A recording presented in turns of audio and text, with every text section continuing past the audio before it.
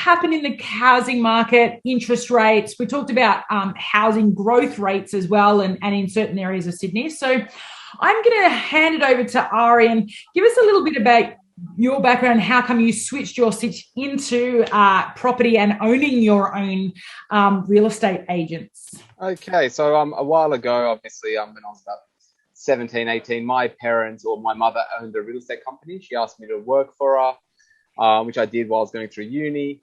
I was studying business at Macquarie at the time, and decided to continue doing work with her, leasing properties and managing properties. And then over time, I went to uni and combined my degree with business and property, going into property economics. And I did that at University of Western Sydney.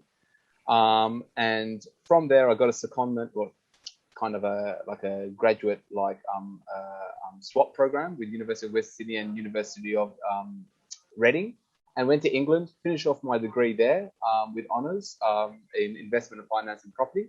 Wow. I got a graduate job in London with Savills PLC. That job took me to Ireland as well, in Dublin, which was exciting. I did rotation work, rotation being that I worked in different sectors of the property industry within their organisation.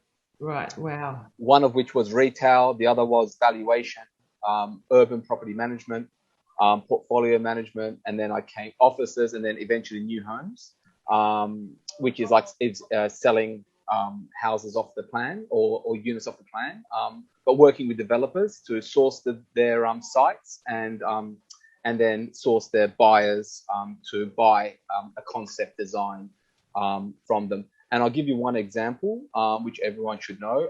Arsenal Stadium, Highbury. Arsenal's a big football club. Yes. What they decided to do was they used our services to buy a old waste site to build a new stadium. Right. But as part of that, they wanted to sell, they wanted to redevelop their old stadium, which is Highbury. And they did so. They drafted up architectural plans, and then what we did was that concept was taken with approval with the